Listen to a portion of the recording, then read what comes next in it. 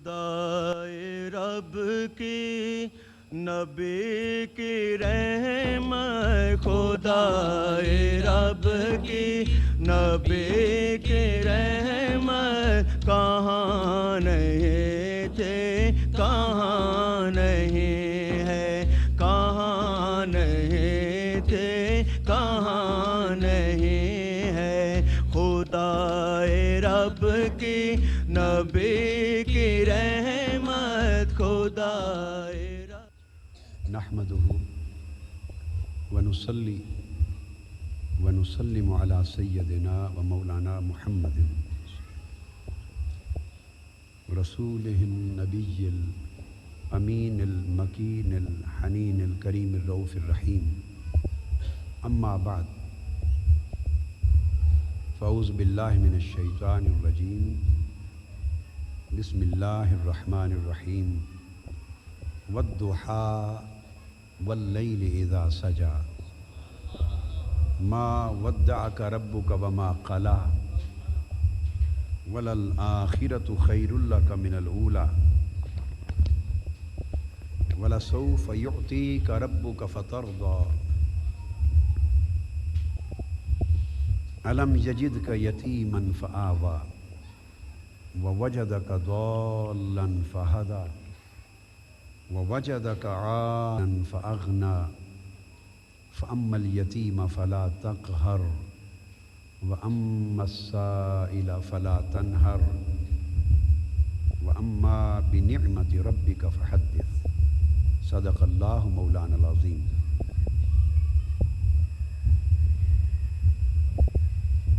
محترم اور معزز علماء کرام، مہمانان گرامی قدر، خواتین و حضرات، مکرم شرکائے کیمپ، رفقاء و اراکین، غلامان مصطفیٰ، فرزندان اسلام اور اٹلی کی سرزمین پر بسنے والے جملہ پاکستانی بھائیوں اور بیٹوں اور عزیزوں، ماؤں، بہنوں اور بیٹیوں، اللہ رب العزت کا شکر ہے جس کی توفیق سے ہم یہاں جمع ہوئے اور بریشیا کے اس 3 روزہ 6 روزہ روحانی تربیتی کیمپ کی آخری نشست میں، جو ایک کانفرنس کی شکل میں، جلسہ عام کی شکل میں منعقد ہو رہی ہے، اس میں شریک ہوئے۔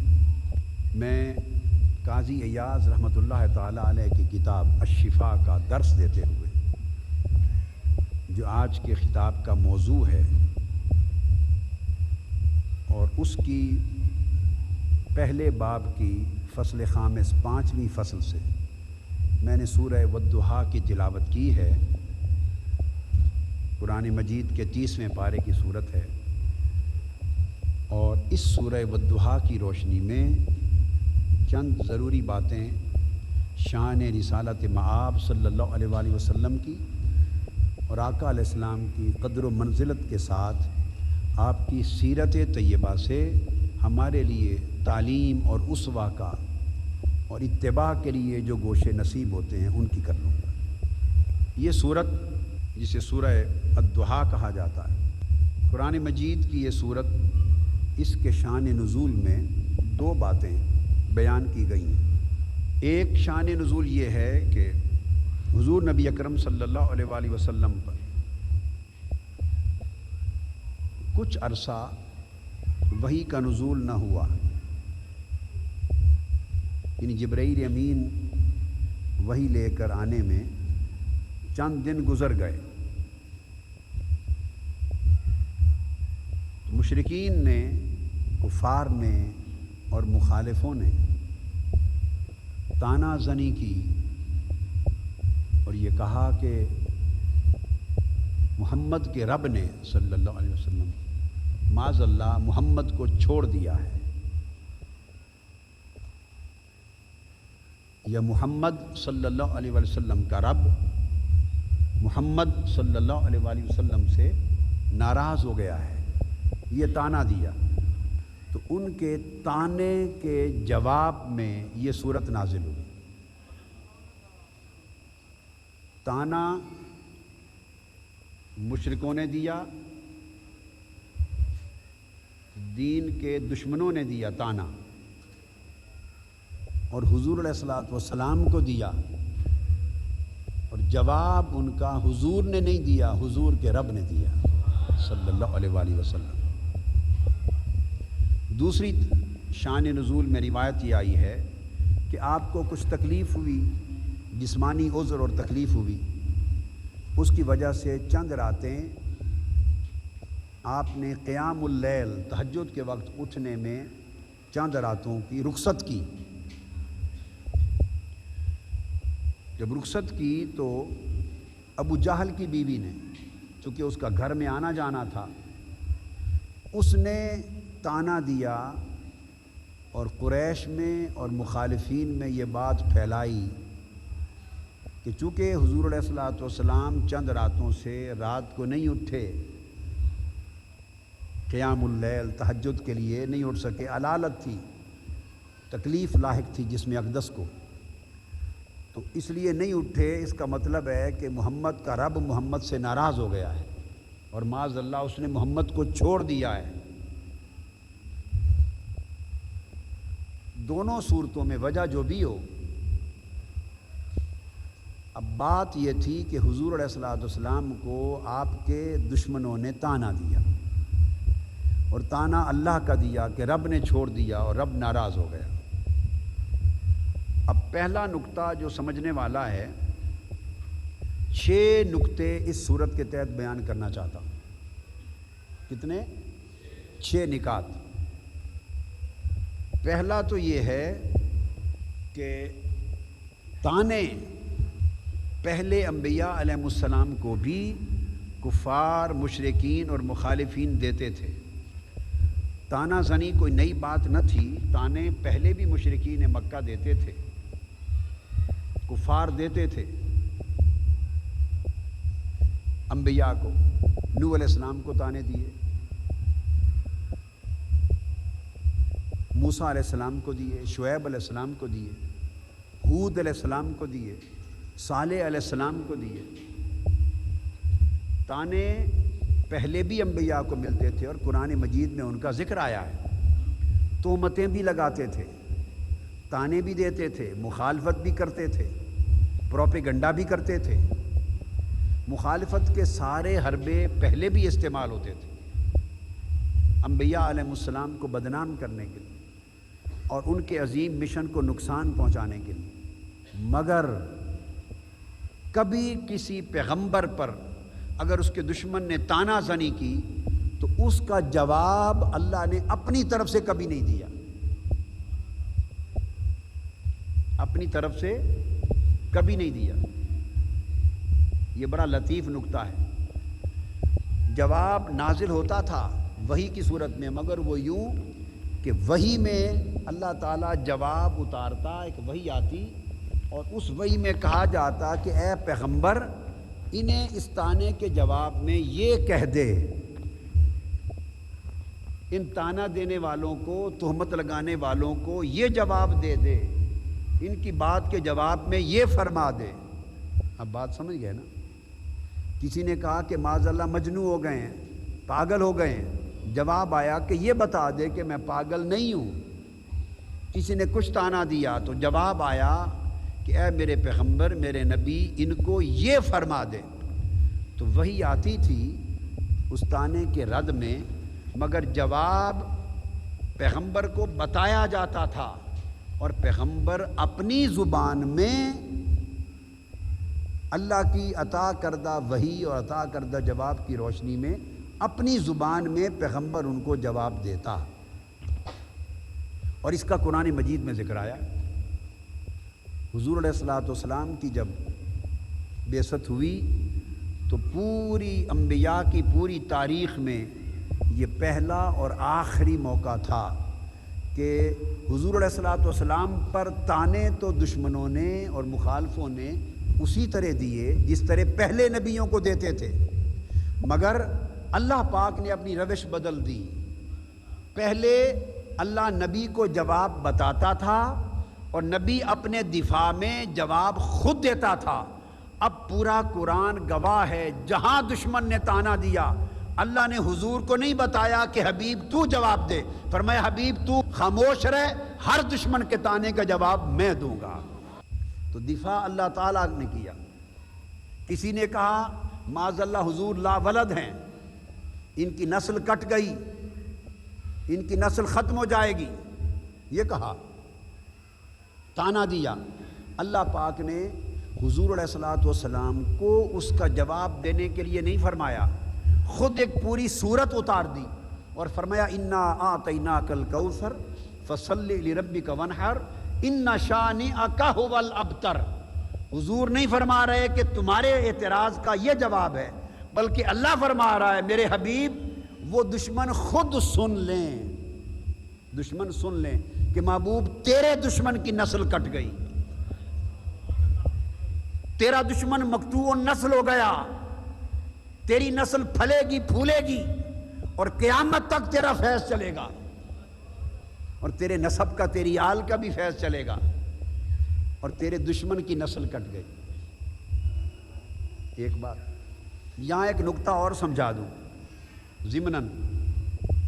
ایک تو یہ کہ جواب حضور کو نہیں دینے دیا، جواب اللہ پاک نے خود دیا، اللہ پاک نے خود دیا.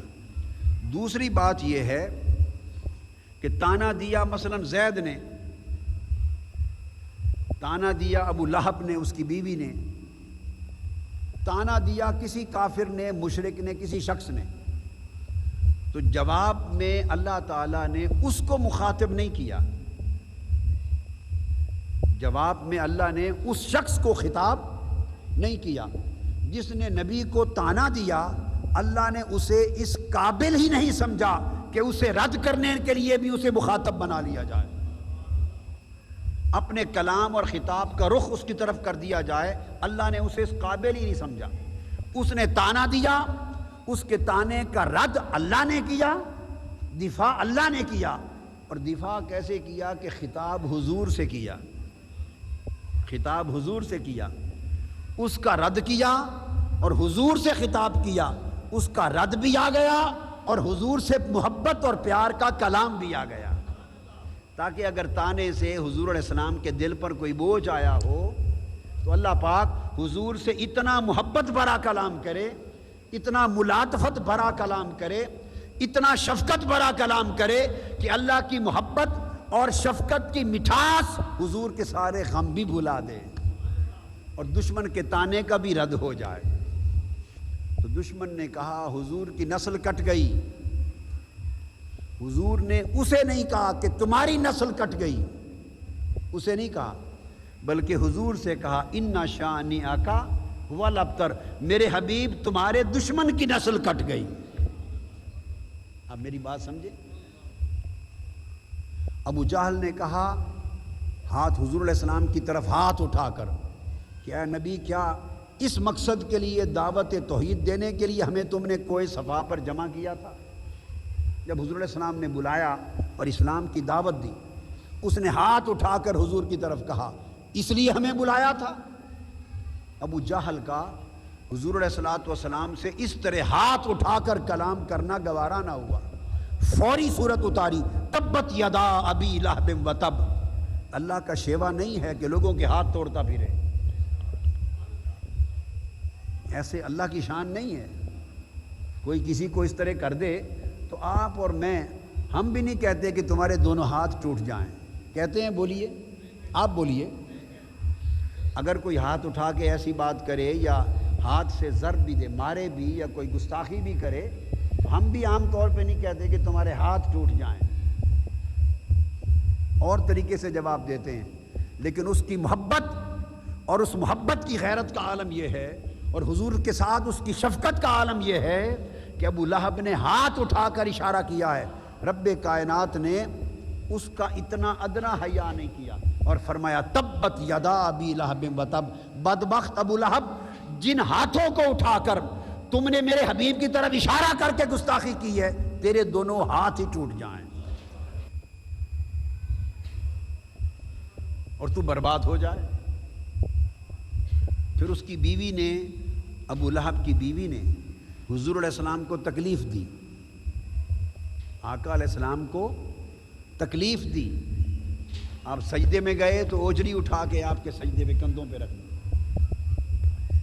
آپ کے لیے برے بھلے کلمات کہے، گستاخی بے ادبی کی اس کی بیوی نے۔ تو اللہ پاک نے پوری صورت اتاری اور کہا ابو لہب تو نے ہاتھ اٹھائے تیرے ہاتھ ٹوٹ جائیں، اور تیری وہ بیوی، اس کی بیوی، اس کو تو خطاب نہیں کیا نا، اس کی بیوی وہ لکڑیاں کاٹ کر جنگل سے اٹھا کے گانٹھ لاتی تھی، لکڑیوں کی گانٹھ سر پہ رکھ کے لاتی تھی۔ اتنی حقارت سے بیان کیا، فرمایا اس ابو لہب کی بیوی جو لکڑیوں کا گانٹھ گٹھا اٹھا کے لاتی ہے وہ بھی تباہ و برباد ہو جائے۔ انداز دیکھیں نا، انداز کلام اللہ پاک نے کتنی غیر معمولی محبت کا اور غیرت کا، اس کی محبت کی غیرت کا مظاہرہ۔ پھر یہ ماجرا آ گیا، اس نے کہا صرف کہ محمد کا رب محمد سے ناراض ہو گیا ہے، اتنی بات کی، حضور سے ناراض ہو گیا ہے۔ حضور علیہ السلام کو نہیں بتانے دیا کہ آپ لوگوں کو صفائی دیں کہ نہیں میرا رب مجھ سے ناراض نہیں ہوا۔ آقا علیہ السلام کو اس امتحان میں نہیں ڈالا، تانا دشمنوں نے دیا کہ محمد کا رب ناراض ہو گیا ہے، فوری وہی بھیجی جبرائیل جا اور جا کے جواب دے، ان کے تانے پر میرے حبیب کے دل پر ملال آیا ہوگا، میرے حبیب کے دل پر بوجھ آیا ہوگا، میرے حبیب رنجیدہ خاطر ہوئے ہوں گے تانے سن کر کہ میں ناراض ہو گیا ہوں حبیب سے، دشمنوں کی زبان پر تانا آیا ہے، جا وہی بھیج۔ اور وہی کیسے بھیجی؟ فرمایا وَالضُّحَىٰ وَاللَّيْلِ اِذَا سَجَىٰ، قسم ہے چاشت کی، یا قسم ہے چاشت کے رب کی، اور قسم ہے رات کی جب چھا جائے، یا قسم ہے اندھیری رات کے رب کی۔ اشارہ یہ تھا، چاشت اور رات کی بات کر کے اشارہ تھا کہ میرے حبیب مجھے اپنی قسم، جو چاشت کا بنانے والا اور اندھیری رات کا بنانے والا ہے۔ یہ تو ایک معنی ہے، کیا ہے جو عام معروف ہے۔ ایک اور اس کا معنی جسے امام فخر الدین رازی نے بھی بیان کیا اور شاہ عبدالعزیز محدث دہلوی نے بیان کیا، اور وہ یہ کہ وَالضُّحَىٰ میں استعارہ کیا، استعارہ، اور کہا چاشت کی قسم، اور فرمایا کہ چاشت کی قسم کھانے کی بجائے استعارتاً لفظ چاشت استعمال کیا کہ چاشت روشن ترین وقت ہوتا ہے دن کا اور اس میں تپش بھی نہیں ہوتی، تو فرمایا محبوب قسم ہے تیرے چہرے کی جو چاشت کے وقت کی طرح روشن ہے، وَاللَّيْلِ اِذَا سَجَىٰ، اور قسم ہے تیری زلفوں کی جو اندھیری رات کی طرح چھا جاتی ہیں۔ مَا وَدَّعَكَ رَبُّكَ وَمَا قَلَىٰ، آپ کا رب نہ آپ سے ناراض ہوا ہے نہ اس نے آپ کو چھوڑا ہے۔ تانا دشمنوں نے دیا تھا اور اللہ نے جواب دیتے ہوئے پہلے قسم کھائی،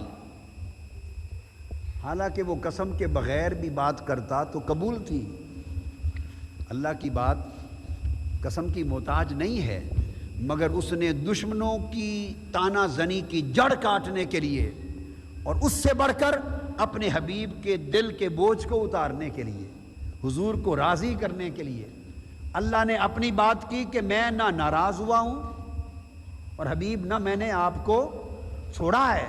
یہ کیسے ہو سکتا ہے کہ آپ سے ناراض ہو جاؤں؟ میں تو سارے جہان سے راضی تب ہوتا ہوں اگر آپ راضی ہوں۔ جو تجھے چھوڑ دے میں تو اسے چھوڑ دیتا ہوں، اور جو تجھے اپنا لے اسے میں اپنا لیتا ہوں، اور اس سے خوش ہوتا ہوں محبوب جس سے آپ خوش ہوں۔ آپ کو کیسے چھوڑ سکتا ہوں؟ آپ سے کیسے ناراض ہو سکتا ہوں؟ کہ محبوب آپ کے رخ روشن کی قسم، چہرہ انور کی قسم جو وقت چاش کی طرح روشن ہے، اور آپ کی زلفوں کی قسم جو سیاہ رات کی طرح چھا جاتی ہے۔ یہ استعارے کی قسم ہے۔ اس کو میں نے بتایا کہ امام فخر الدین رازی نے تفسیر کبیر میں بھی لیا اور شاہ عبدالعزیز محدث دہلوی نے بھی اور کئی اور مفسرین نے بھی اس تفسیر کو لیا ہے۔ تو قسم کھائی اور پھر کہا کہ حبیب میں آپ سے ناراض نہیں ہوں اور نہ میں نے آپ کو چھوڑا ہے. رد کر دیا اس الزام کو. اور اللہ تعالیٰ قسم کھا کر صفائی دے رہا ہے اور دشمن کی طعنہ زنی کو رد فرما رہا ہے. محبوب میں نے تو آپ کو اپنا مصطفیٰ بنا لیا ہے, اپنی محبت کے لیے چن لیا ہے. تو جسے محبت کے لیے چن لیا جائے اور جسے حبیب بنا لیا جائے, بھلا اس سے کوئی ناراض ہوا کرتا ہے؟ اس کو کوئی چھوڑا کرتا ہے؟ اور قسم کھائی حبیب, تیرے چہرے کی قسم, ان بختوں کو سمجھ آ جانی چاہیے کہ میں تو ناراض ہونے اور چھوڑنے کے طعنے کو رد کرنے کے لیے بھی تیرے مکھڑے کی قسم کھا رہا ہوں اور تیری زلفوں کی قسم کھا رہا ہوں. اس سے اللہ تعالیٰ کا حضور علیہ الصلوۃ والسلام کے ساتھ لطف و محبت اور عظیم شفقت و ملاطفت کا تعلق ثابت ہوا. ما ودعک ربک وما قلی. اور پھر فرمایا وللآخرۃ خیر لک من الاولی. اور میرے حبیب صلی اللہ علیہ وآلہ وسلم, اس دنیا میں نے تو آپ پر اپنی شفقتیں کی ہیں, آپ پر اپنی عنایتیں کی ہیں, اپنے کرم کیے ہیں, آپ کو عزت دی ہے, تکریم دی ہے, بڑی عظمت دی ہے, بڑی رفعت دی ہے, آپ کی قدر و منزلت کو بڑا بلند کیا ہے. اتنا بلند کیا ہے کہ جس شہر مکہ کے گلی کوچوں میں آپ چلتے ہیں, میں اس مکہ شہر کی زمین کی قسم کھاتا ہوں. اتنا بلند کیا ہے حبیب کے لعمرو کا انہم لفی سکرتہم یعمہون, کہ میں نے تو آپ کی 63 برس کی پوری عمر کی قسم کھائی ہے. اور حبیب میں اپنی قسم کھانا چاہوں تو یوں کر کے کھاتا ہوں, فلا وربک لا یؤمنون حتی یحکموک فیما شجر بینہم. حبیب تیرے رب کی قسم کہ جب تک تجھے حاکم نہ سمجھ لیں یہ مومن نہیں ہو سکتے. میں تو اپنی قسم بھی تیرا رب بن کے کھاتا ہوں. اور محبوب جن گھوڑوں پر تیرے غلام صحابہ سوار ہو جائیں, میں ان گھوڑوں کی ٹاپوں کی قسم کھاتا ہوں. جن پر تیرے سپاہی سوار ہو جائیں, ان گھوڑوں کے قدموں سے اٹھنے والی چنگاریوں کی قسم کھاتا ہوں. محبوب جن جگہوں پر تیرے صحابی شہید ہو کے گریں, ان کے مقامات قبر کی قسم کھاتا ہوں. جہاں گلی کوچوں میں تو پھرے اس جگہ کی قسم کھاتا ہوں. محبوب تیرے ماں باپ کے, تیرے والدین کی قسم کھاتا ہوں, تیری عمر کی قسم کھاتا ہوں. محبوب تیرے چہرے کی قسم کھاتا ہوں, تیرے سینے کی قسم کھاتا ہوں, تیرے ہاتھوں کو اپنا ہاتھ کہتا ہوں, تیری بیعت کو اپنی بیعت کہتا ہوں, تیرے قرب کو اپنا قرب کہتا ہوں, تیری اطاعت کو اپنی اطاعت کہتا ہوں, تیری محبت کو اپنی محبت کہتا ہوں, اور تیری غلامی کو اپنی بندگی کہتا ہوں. اور لوگوں کو کہتا ہوں جو میرے محمد کا ادب کرے گا وہ میرا ادب کرے گا. اس دنیا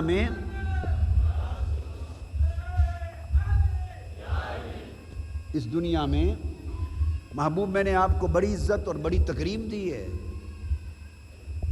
بڑی عزت و تکریم دی ہے, مگر یہ عزت وہ عزت ہے کہ کائنات کی ابتدا سے انتہا تک کوئی اس کا مقابلہ نہیں کر سکتا آپ کی فضیلتوں کا. مگر فرمایا وللآخرۃ خیر لک من الاولی. حبیب جو عزت مزید آخرت میں قیامت کے دن میں دینے والا ہوں وہ کائنات کی ساری زندگی کی عزتوں سے پھر بڑھ کر ہوگی. آگے جو عزت میں آپ کو دینے والا ہوں اس کا تصور بھی نہیں کیا جا سکتا. وللآخر, محبوب اس دنیا میں جو عزت دی وہ اپنی جگہ, مگر میں نے تو آپ کی بڑی عزت بڑی تکریم محفوظ کر کے رکھی ہے یوم آخرت کے لیے. آپ کی عزت, آپ کی شان اور قدر و منزلت کا اصل نظارہ تو قیامت کے دن ہوگا. اور آقا علیہ السلام نے اس وللآخرۃ خیر لک من الاولی کہ آخرت کی عزت اس سے بھی زیادہ ہوگی, آخرت میں درجہ اس سے بھی زیادہ ہوگا. تو قاضی ایاز نے اگلے باب میں وہ حدیث لائی ہیں کہ آخرت کی عزت جو دنیا سے بڑھ کر ہوگی کیا ہوگی. حضور علیہ السلام نے فرمایا انا اول الناس خروجا اذا بعثوا. جب لوگ قبروں سے اٹھائے جائیں گے اور وفد بن کر اللہ کے حضور پیش ہوں گے تو فرمایا روئے زمین پر سب سے پہلی قبر میری کھلے گی اور باہر میں آؤں گا۔ وَأَنَا قَائِدُهُمْ إِذَا وَفَدُوا، جب وفد بن کر اللہ کی بارگاہ میں قیامت کے دن جائیں گے، میں پوری انسانیت کے وفود کا قائد ہوں گا، قائد ہوں گا۔ وَأَنَا خَطِيبُهُمْ إِذَا أَنصَتُوا، جب تمام انسانیت خاموش ہوگی اور کسی کو اللہ کی بارگاہ میں بولنے کا یارہ نہ ہوگا، اللہ کی عدالت میں کوئی بات کرنے کی جرات نہ کر رہا ہوگا، ہر ایک کے ہونٹوں پر مہر سکوت ہوگی، ساری انسانیت خاموش ہوگی، اس وقت روز قیامت کا خطیب صرف میں ہوں گا، خطیب محشر مصطفیٰ ہوں گے۔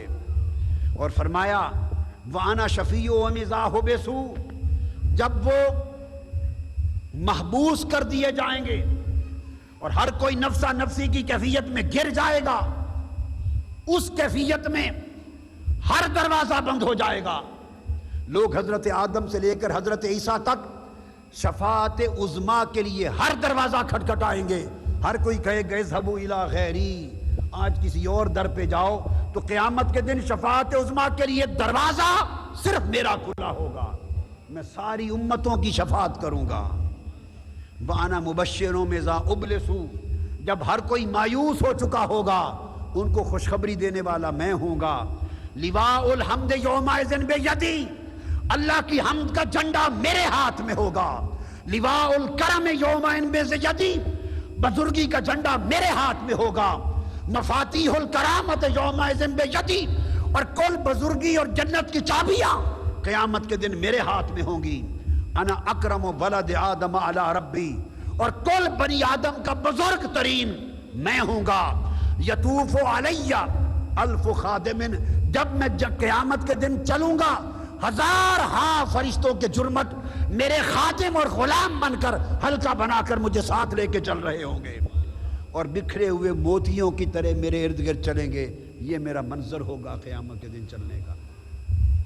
فرمایا نا وَلَلْآخِرَةُ خَيْرٌ لَكَ مِنَ الْأُولَىٰ، حبیب یہاں تو لوگ تیرے اوپر تیر بھی مار دیتے ہیں، یا تو پتھر بھی مار دیتے ہیں دشمن، غزوہ بدر میں، احد میں، خندق میں، یا تو زخمی بھی کر دیتے ہیں، مگر ان نادانوں کو ابھی تیرے اصل مقام اور قدر و منزلت اور شان و عظمت کا اندازہ نہیں ہے کہ قیامت کے دن جب ہر کوئی نفسا نفسی میں ہوگا اور پسینے سے شرابور ہوگا اور تھر تھر جلالت الہیہ کے سامنے ہر کوئی کانپ رہا ہوگا، اس وقت شان مصطفیٰ کے نظارے کیا ہوں گے۔ اور فرمایا وہ اکسا، حدیث پاک عن ابی ہریرہ، ابو ہریرہ روایت کرتے ہیں، وہ اکسا حلتم من حلل الجنہ، جب قیامت بپا ہوگی تو جنت کی پوشاکوں میں سے سب سے اعلیٰ پوشاک لا کر مجھے پہنا دی جائے گی۔